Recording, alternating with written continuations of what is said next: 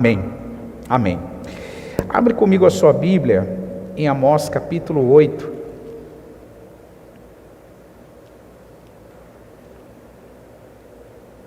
Vocês estão me ouvindo bem? Então tá bom. Aqui no retorno, se puder baixar um pouquinho, eu agradeço.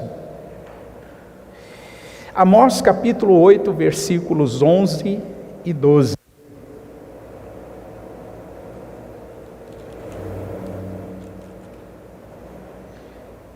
Vamos ler.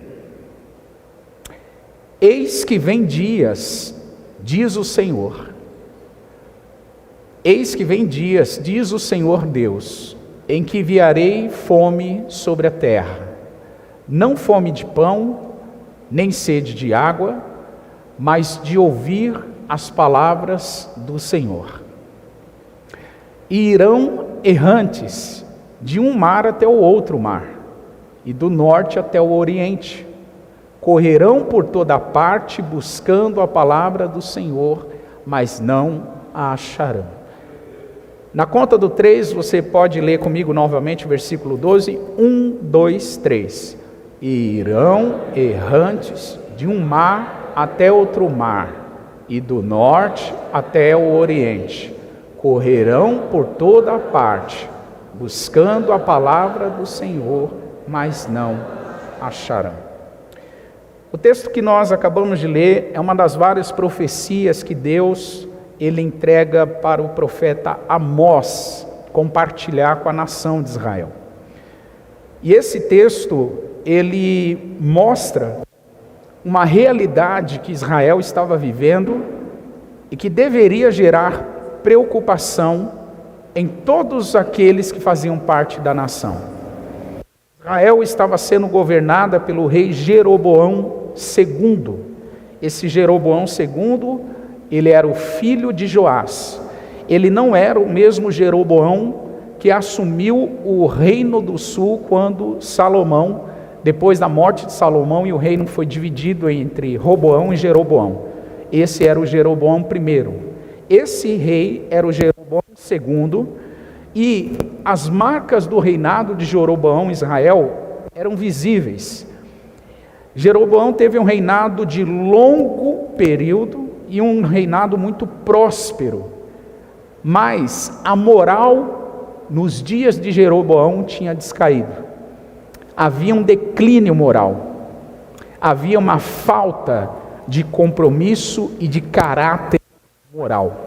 Havia uma prosperidade por causa dos princípios praticados, por causa da palavra do Senhor praticada.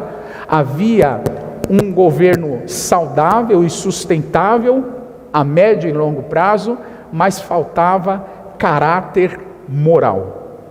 Essas eram as marcas do reinado de Jeroboão II. E naqueles dias, a gente percebe que Jeroboão promoveu muitas reformas em Israel. Algumas das reformas, ele foi responsável por restaurar boa parte do reinado que foi afetado com a divisão das tribos, a divisão do reino, aliás, não divisão das tribos, mas a divisão do reino, entre reino do norte e reino do sul. Isso trouxe muito prejuízo para Israel, e Jeroboão foi responsável por restaurar e fortalecer parte do reinado que estava afetado pela divisão dos reinos, reino do norte e reino do sul. O Jeroboão retomou rotas comerciais, ele fortaleceu a atividade comercial, e aqueles que eram prósperos prosperaram ainda mais durante o reinado de Jeroboão. Então, a classe dominante vivia debaixo de um luxo e de uma extravagância muito grande.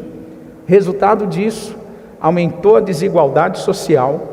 Resultado disso, aumentou a distância entre pessoas mais prósperas e pessoas menos prósperas, e tudo isso estava visível para todo Israel. Foi nesse momento que Deus levanta o profeta Amós, e o profeta Amós traz uma mensagem de Deus para a nação. Essa mensagem tinha um conteúdo. O conteúdo dessa mensagem nós podemos resumir no seguinte aspecto: Amós ele apela para que os pobres de Israel sejam cuidados. O Amós, ele apela para que a injustiça e a opressão dos ricos seja exterminado da nação. O Amós apela para que os comerciantes sejam honestos e vendam as coisas a preços honestos. O Amós, ele traz uma mensagem para a liderança corrupta da nação. Israel estava com uma liderança corrupta, onde o que importava era a multiplicação dos bens, a multiplicação dos patrimônios. Então Amós traz uma dura mensagem para eles. E o Amós também fala aos juízes, porque os juízes estavam aceitando o suborno e legislando em favor daqueles que pagavam o suborno. Então, dentro desse cenário caótico, eu estou contando isso para te trazer para dentro do texto e você entender em que situação Amós escreveu o que escreveu. Não basta apenas a gente dar uma lida no texto, eu preciso te ajudar a entender em que situação Amós estava vivendo nos seus dias. E nesse momento Deus fala com o profeta, e Deus está falando que nesse cenário de injustiça, de desigualdade, de corrupção, nesse cenário de engano, havia uma única solução para tudo isso. E a solução que Deus tinha era promover um avivamento.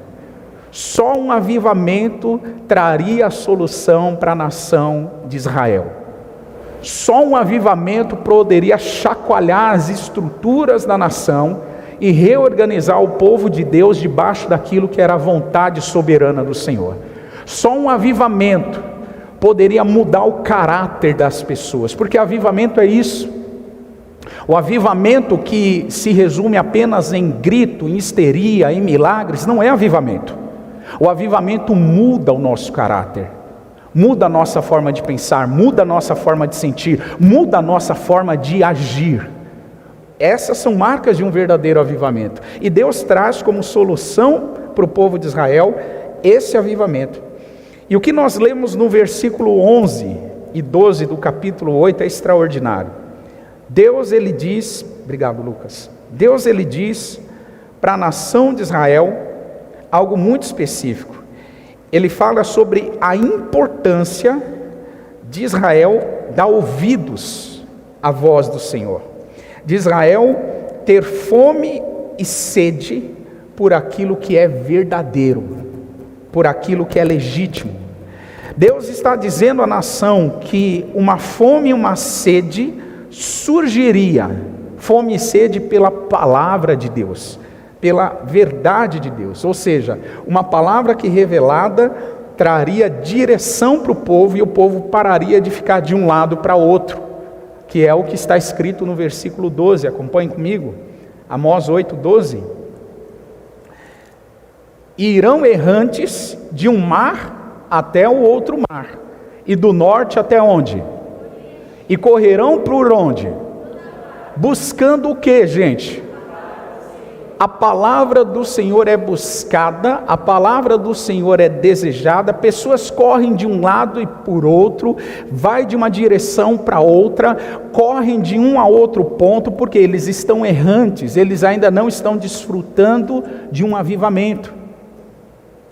O que o profeta Amós está dizendo é que só um avivamento pode trazer uma direção específica de Deus para nós. Só um avivamento pode curar os piores defeitos da nossa nação. Só um avivamento pode combater a corrupção da classe política. Só um avivamento pode trazer solução para as desigualdades sociais.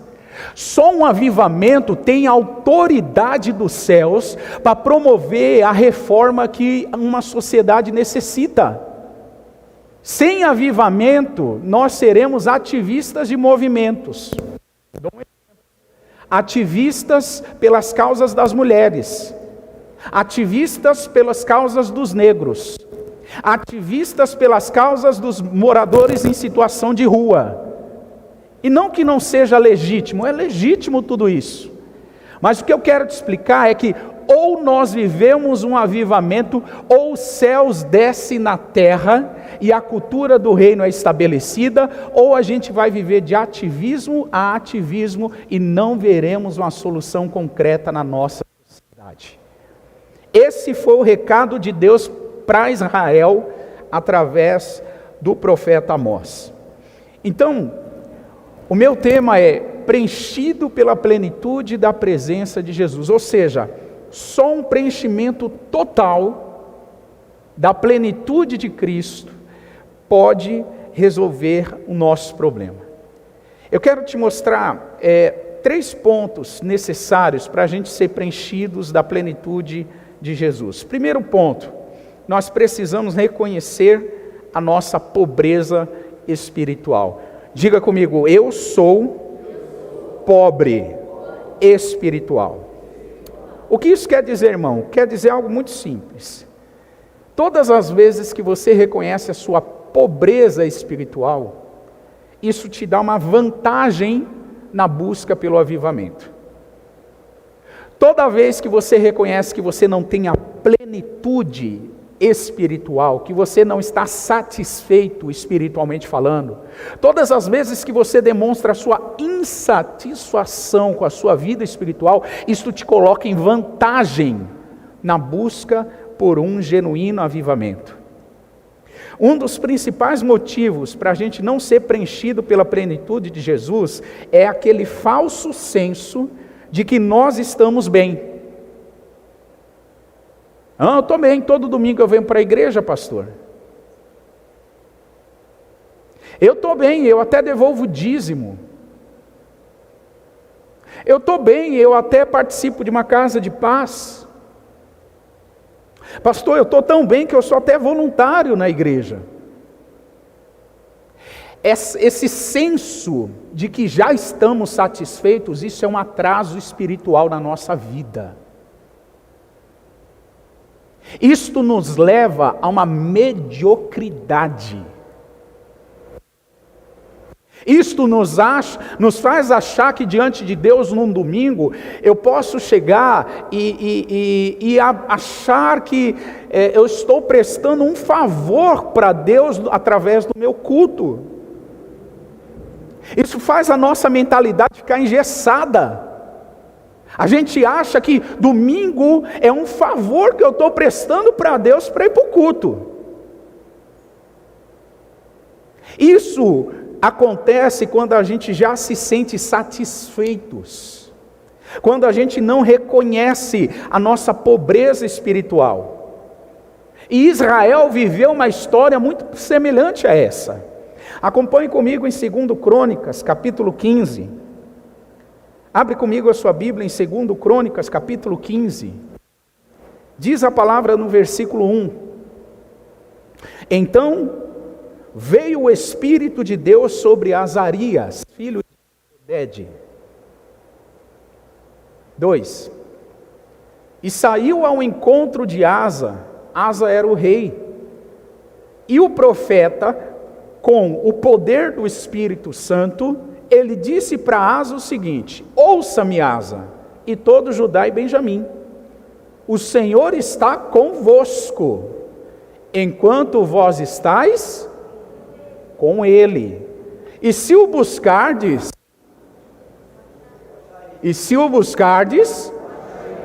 porém se o deixardes, versículo 3, Israel esteve por muitos dias sem o verdadeiro Deus, sem sacerdote que o ensinasse, e sem o que, gente?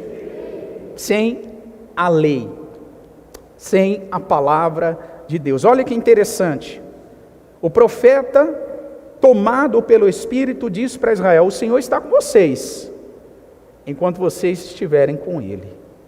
Enquanto vocês buscam, Ele está, mas o dia que vocês deixam, Ele vai deixar também.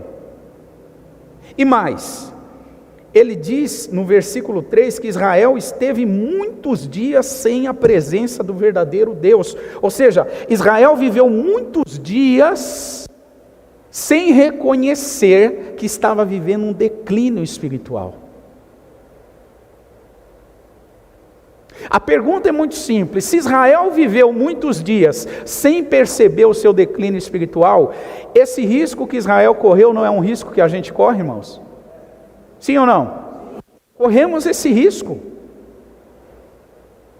E isso acontece porque a gente já se acha satisfeito. Já está bom, eu já fiz isso, eu já fiz aquilo, eu já contribuí com isso, eu já fiz aquilo outro, eu estou orando, Não, nós precisamos reconhecer a nossa miséria espiritual.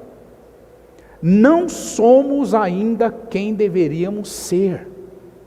A pobreza espiritual é uma realidade, e o texto diz que eles estavam sem sacerdote. Há pessoas que ficam muitos dias sem a presença de Deus e acham isso normal.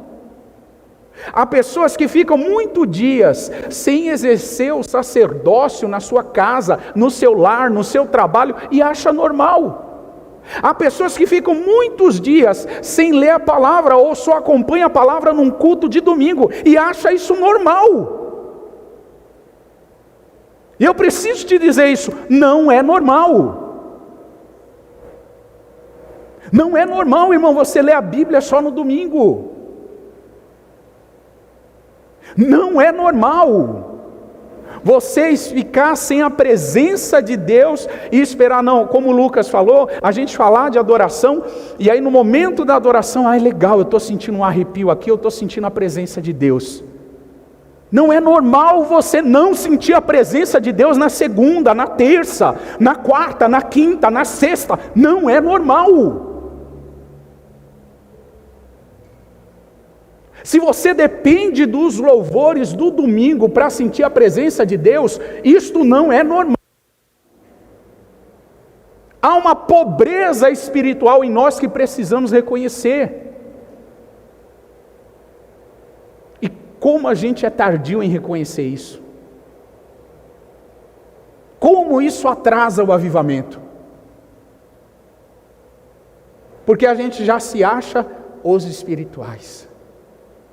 A gente já se acha as pessoas que têm de Deus.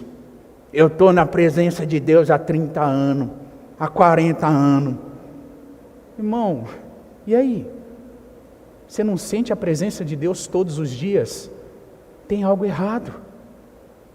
Você tem que se arrepender e voltar às primeiras obras. Está escrito na Bíblia. Você tem que se arrepender e voltar à prática do primeiro amor. Deixa eu te mostrar no Novo Testamento uma igreja que já se achava espiritualmente satisfeita e o que Jesus falou para ela. Apocalipse capítulo 3. Eu quero te mostrar a história da igreja de Laodiceia. Versículo 16. Eu sei as tuas obras. Apocalipse 3,16. Eu sei as tuas obras, que nem és frio e nem quente. Tomara que você fosse frio ou quente. Assim, porque és morno e não frio e nem quente, vomitar-te-ei da minha boca. Quem está falando aqui é Jesus. Irmão, pensa Jesus dizendo para uma igreja, vamos pensar aqui, vamos aplicar para nós aqui, vamos trazer para nós. Jesus dizer aqui para a CBN, vocês não são quentes nem frios, por causa disso eu estou a ponto de vomitar vocês. É isso que Jesus estava dizendo para Laodiceia, para aquela igreja. Eu estou a ponto de vomitar vocês. Sabe por quê? Vocês são pobres espiritualmente falando e vocês estão se achando ricos. Vocês já estão satisfeitos com tanta mediocridade. Segue a leitura, verso 17. Olha o que Jesus diz para eles. Vocês dizem, rico sou. Estou rico, enriquecido, e não tenho falta de nada. E não sabes que você é o que, gente?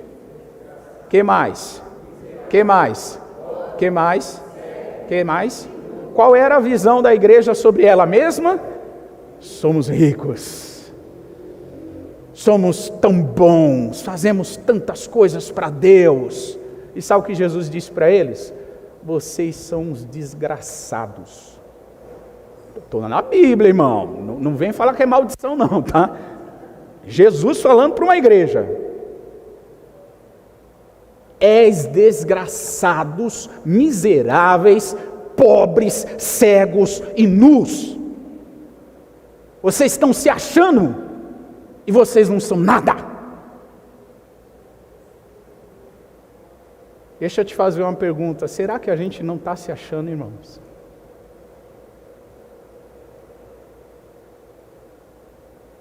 Versículo 18, por favor, leia na conta do 3, 1, 2, 3.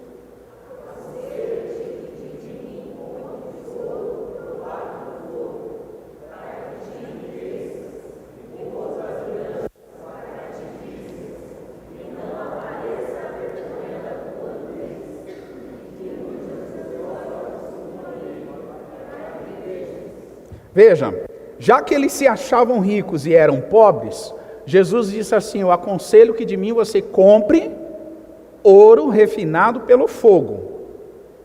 Isso nos conecta a 1 Coríntios 13, onde o Paulo vai dizer que o fogo vai provar a obra de cada um de nós. E Paulo diz que se a obra de cada um, que cada um edificou, permanecer depois que passar pela prova do fogo, essa obra vai receber galardão. Jesus está dizendo: já que vocês se acham ricos, compra de mim ouro refinado ou provado pelo fogo. Já que vocês estão nus, usem vestes brancas. Já que vocês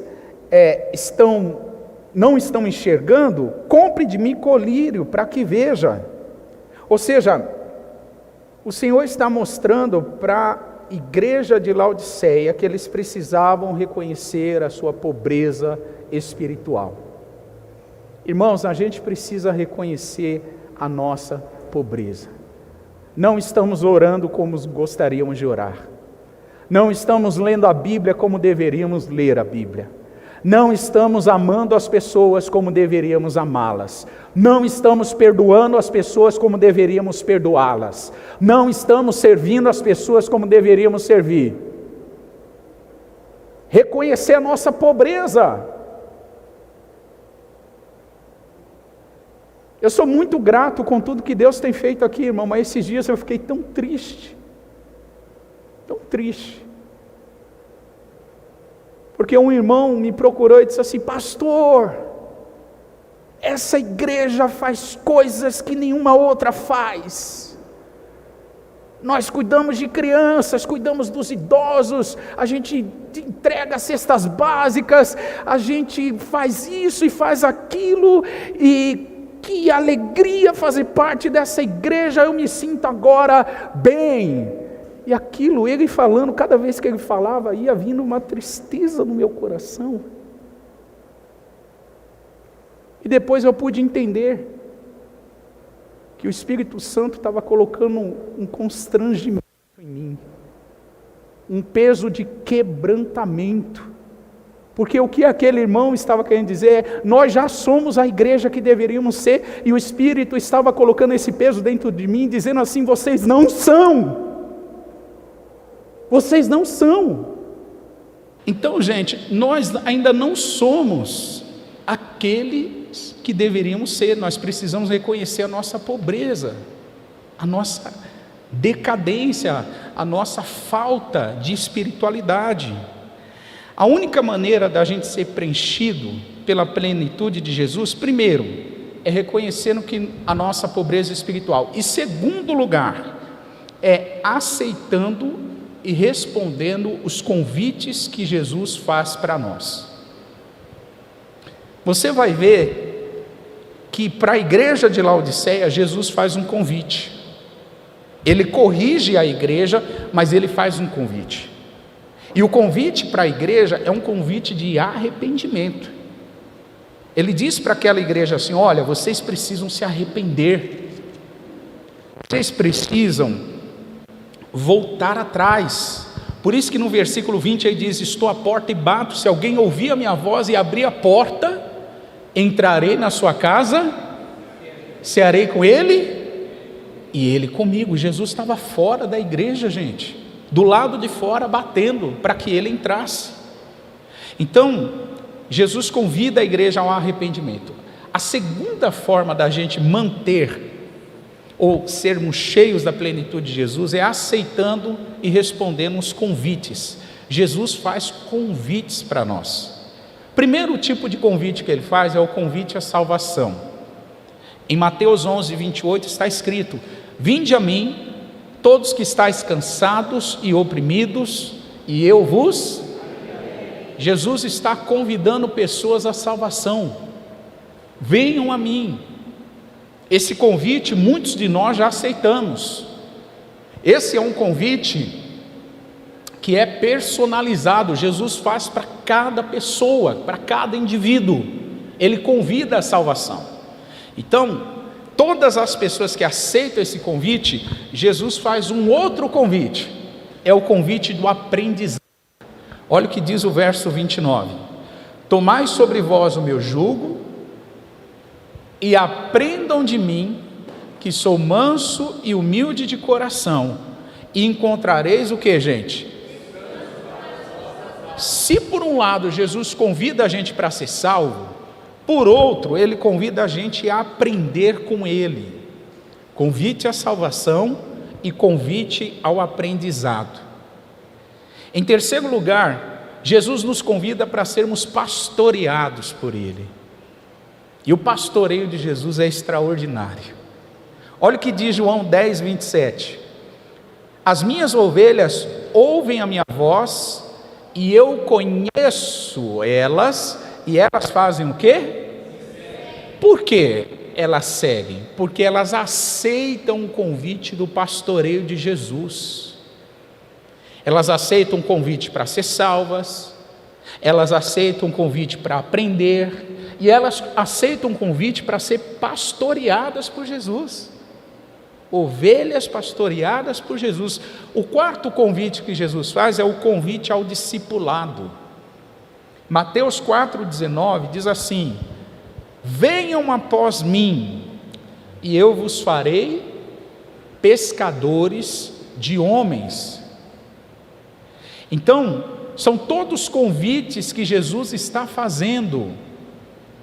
Então, eu estou dizendo que nós precisamos aceitar e interagir, responder aos convites de Jesus, para que a plenitude da presença dele esteja em nós. Não tem como ter a plenitude de Jesus em nós, se nós não aceitamos a salvação que ele veio ofertar. Não tem como ter a plenitude de Jesus em nós, se nós não aprendemos com ele. Não tem como ter a plenitude de Jesus em nós, se a gente não é pastoreado por ele. E não tem como ter a plenitude de Jesus em nós, se a gente não aceita o convite ao discipulado cristão. Então nós precisamos, número 2, em segundo lugar, aceitar e responder os convites feitos por Jesus. Agora, qual o resultado disso? É o que eu quero te mostrar agora. Em terceiro lugar, quais são os resultados quando a gente responde os convites de Jesus? Em primeiro lugar, nós temos fartura. Diga comigo: quando eu aceito os convites de Jesus, eu desfruto de fartura. Diga comigo: de provisão. Sabe o que Jesus prometeu? Suprir todas as nossas necessidades. Ele disse que o ladrão vem roubar, matar e destruir, e ele veio dar vida e vida em abundância. Olha o que diz Isaías 58 e versículo 11. Isaías 58, 11 é um dos resultados de quando a gente aceita o convite de Jesus. Olha o que acontece com a gente. Vamos aplicar esse texto em nossa vida, tá bom? Então vamos ler.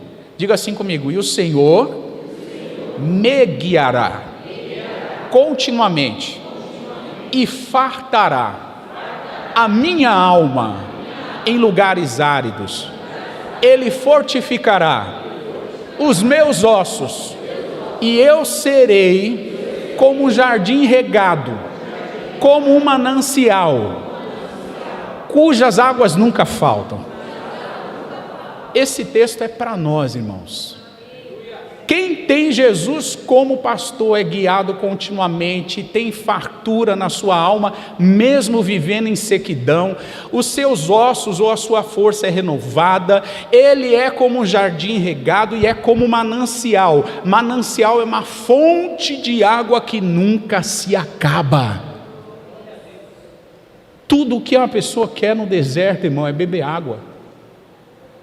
E no deserto que nós vivemos no mundo, Jesus está dizendo: eu disponibilizo a água viva para que vocês tenham ela fluindo a partir de vocês. Então, em primeiro lugar, somos guiados continuamente, temos fartura, somos fortificados e somos como um manancial de águas, nunca falta água.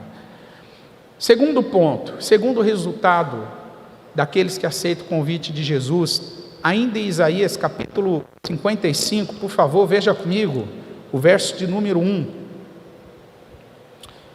Vocês todos que têm sede, venham às águas, e vocês que não têm dinheiro, venham comprar e comer. Sim, venham comprar sem dinheiro e sem preço, vinho e leite. Esse texto está falando que quando a gente está conectado à fonte das águas vivas, que é Jesus, essa fonte provê tudo que a gente necessita, tudo que nós necessitamos. Agora, permita-me fazer um adendo aqui. Nós, infelizmente, temos algumas distorções teológicas no nosso meio. Muitas igrejas estão ensinando que Deus é obrigado a conceder os desejos do seu coração. Isso é um engodo, é um engano. Deus não é obrigado a conceder nada, porque o nosso coração é enganoso. Sabe o que Deus nos concede? Deus nos concede a sua provisão, a provisão de Deus. Como é que você vai comprar sem dinheiro? Como é que você vai comer sem comprar? Ele está falando sobre provisão. Quem vai à fonte das águas, recebe a provisão de Deus. Jesus é a nossa provisão. Jesus é suficiente para nós. Ele é a vida, Ele é melhor do que qualquer recurso que a gente tiver. Jesus é tudo. E um dos resultados que a gente precisa ter é esse, é desfrutar da provisão. Quando a gente aceita os convites de Jesus, a gente desfruta da provisão dele. João capítulo 7, esse é o último texto que eu vou ler, versículo 37 e 38. Esse texto a gente compartilhou agora há pouco na intercessão antes do culto. E esse texto traz uma chave maravilhosa sobre o reino de Deus. O texto diz: e no último dia, o grande dia da festa, Jesus pôs-se de pé e clamou, dizendo: se alguém tem sede, vem a mim e... Se alguém tem sede, pega essa linha de raciocínio. Verso 38, quem crê em mim, como diz as Escrituras, rios de águas vivas correrão do seu ventre, ou do seu interior. Alguém que tem sede. Talvez você chegou aqui tão sufocado pelos problemas, que tudo que você queria nessa noite é que os seus problemas fossem resolvidos. Mas eu preciso te dizer algo: você não está diante de um Deus como o gênio da lâmpada do Aladim, que você esfrega a lâmpada, sai o gênio e ele fala: quais são os seus 3 pedidos? Você está diante do Senhor do Universo. E o Senhor do Universo, Ele está preocupado muito além do que a solução dos seus problemas. O Senhor do Universo está preocupado com onde você vai viver a eternidade. O Senhor do Universo está dizendo, porque problema vem e vai, gente. Hoje são esses que você está vivendo, amanhã serão outros. Vai passar essa crise existencial que você está vivendo hoje, vai passar, e amanhã vem outra, e aí quando vier outra, você vai se relacionar com Deus por causa dos seus problemas? O Senhor Jesus, Ele está dizendo para nós: quem crê em mim, se alguém tem sede de mim, venha e beba. Beba de Jesus. Pastor, mas eu entrei aqui com uma outra visão. Eu estou te mostrando as Escrituras, e as Escrituras sagradas dizem que Ele quer que a gente tenha sede e fome dEle. Pastor, e se eu não tiver? Não tem problema. Volta para o texto inicial, Amós 8 e versículo 11. Esse texto diz algo poderoso.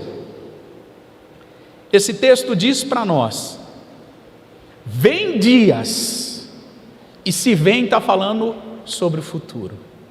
Vem dias em que, ainda que as pessoas não tenham fome e sede da minha presença, ainda que as pessoas não tenham fome e sede de beber de mim, eu vou enviar fome sobre a terra.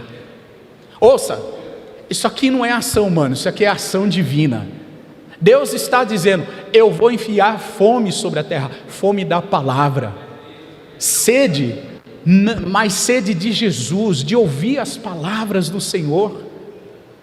Sabe por que você está aqui? O que te trouxe aqui não é esse seu problema, o que te trouxe aqui é que você tem uma necessidade muito mais profunda do que os seus problemas que você ainda não identificou. E sabe o que é essa necessidade? É a fome e sede por mais de Jesus. Você ainda não percebeu, mas você tem uma fome insaciável, uma sede insaciável. Você quer mais, você precisa de mais, você precisa estar conectado ou conectada a essa fonte que jorra para a eternidade. Se coloque de pé, por favor.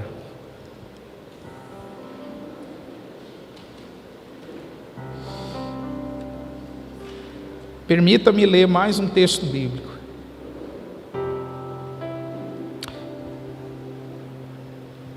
A Bíblia começa com um jardim,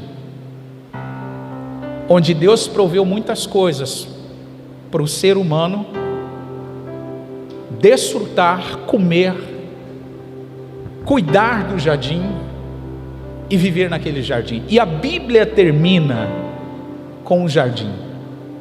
A Bíblia começa e termina com o jardim. Agora, eu gostaria que você olhasse com cuidado e com carinho para o versículo 17 de Apocalipse 22.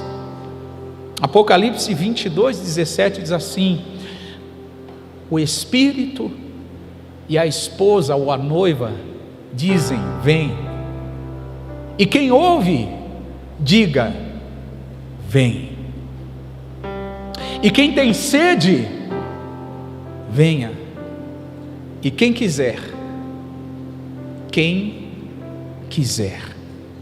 de novo, quem quiser, tome de graça da água da vida. Tome de graça da água da vida. Jesus é essa água. Não basta perguntar como anda a sua sede. Eu quero ir mais além. Se você tem sede ou não, para Ele, isso é o que menos importa. Se você for sincero nessa noite e dizer: eu não estou com sede o suficiente, a profecia de Amós 8:11 virá sobre a tua vida. E o texto diz: eu enviarei fome e sede.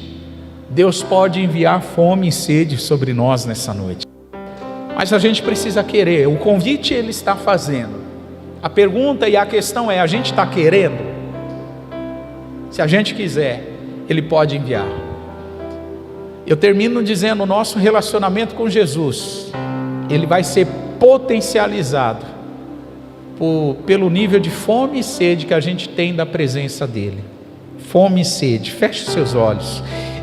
Querido Deus e Pai,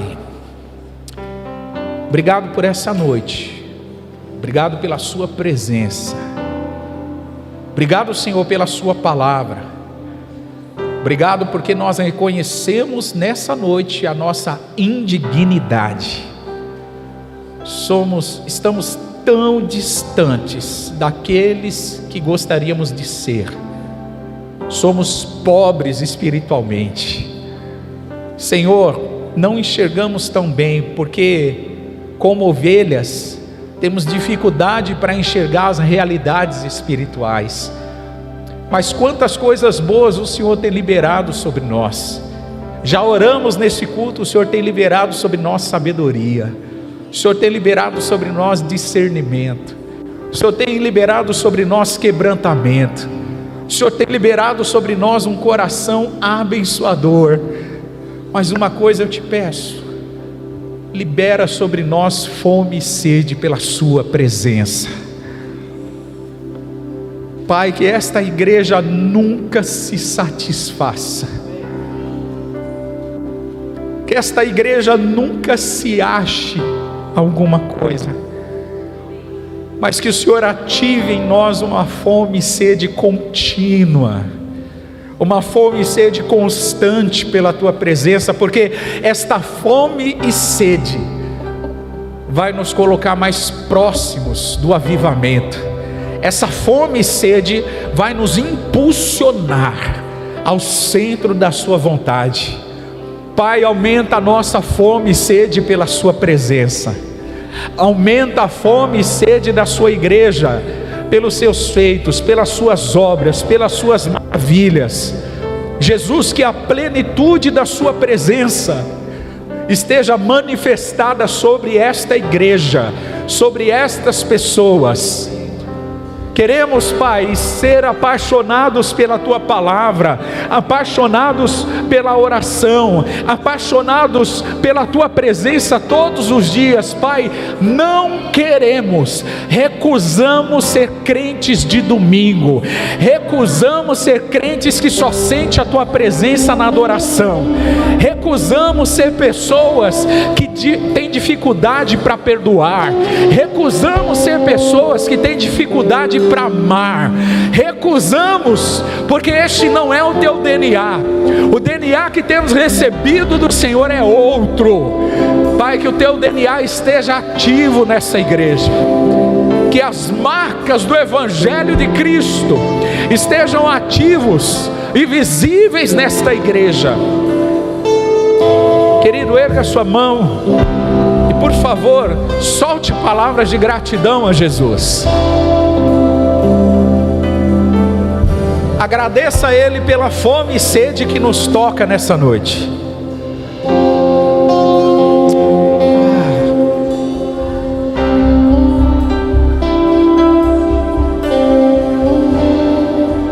Obrigado, Jesus. Nós temos sede, por isso que vamos a Ti, Senhor. Vamos a Ti, bebemos de Ti. Vamos à fonte da água viva e bebemos de Ti, Senhor. Oh Jesus, Te amamos, Te adoramos, Te exaltamos, Senhor.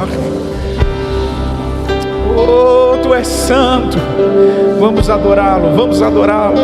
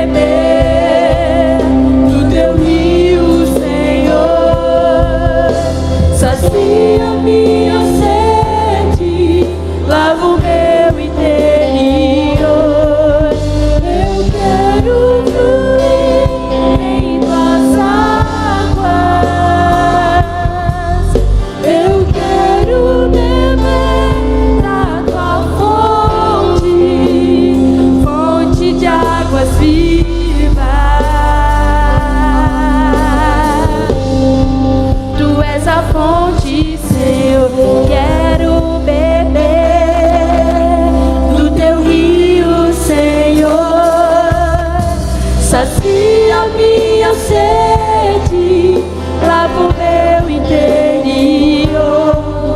Eu quero fluir em tuas águas. Eu quero beber da tua fonte, fonte de águas vivas. Tu és a fonte, Senhor.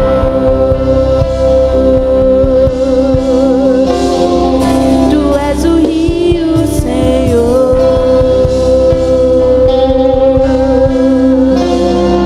Tu és a fonte, Senhor.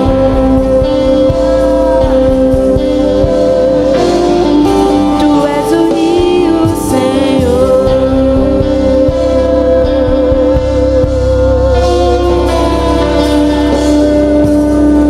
Quero beber do teu rio, Senhor.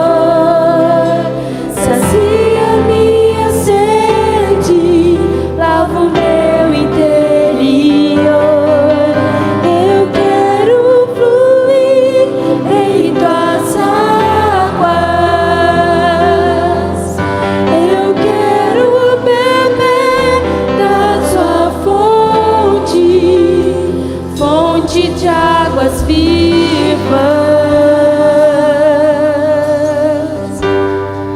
Tu és a fonte, Senhor.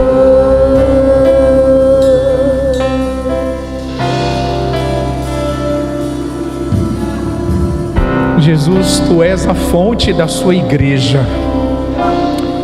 Tu és a fonte de águas vivas. A rocha que brotou água no deserto é o Senhor. E nesse deserto que nós vivemos, o Senhor tem feito jorrar águas. Obrigado, Senhor, por ser a nossa fonte, por ser a nossa vida, por ser a nossa esperança. Obrigado por nos saciar de Ti mesmo.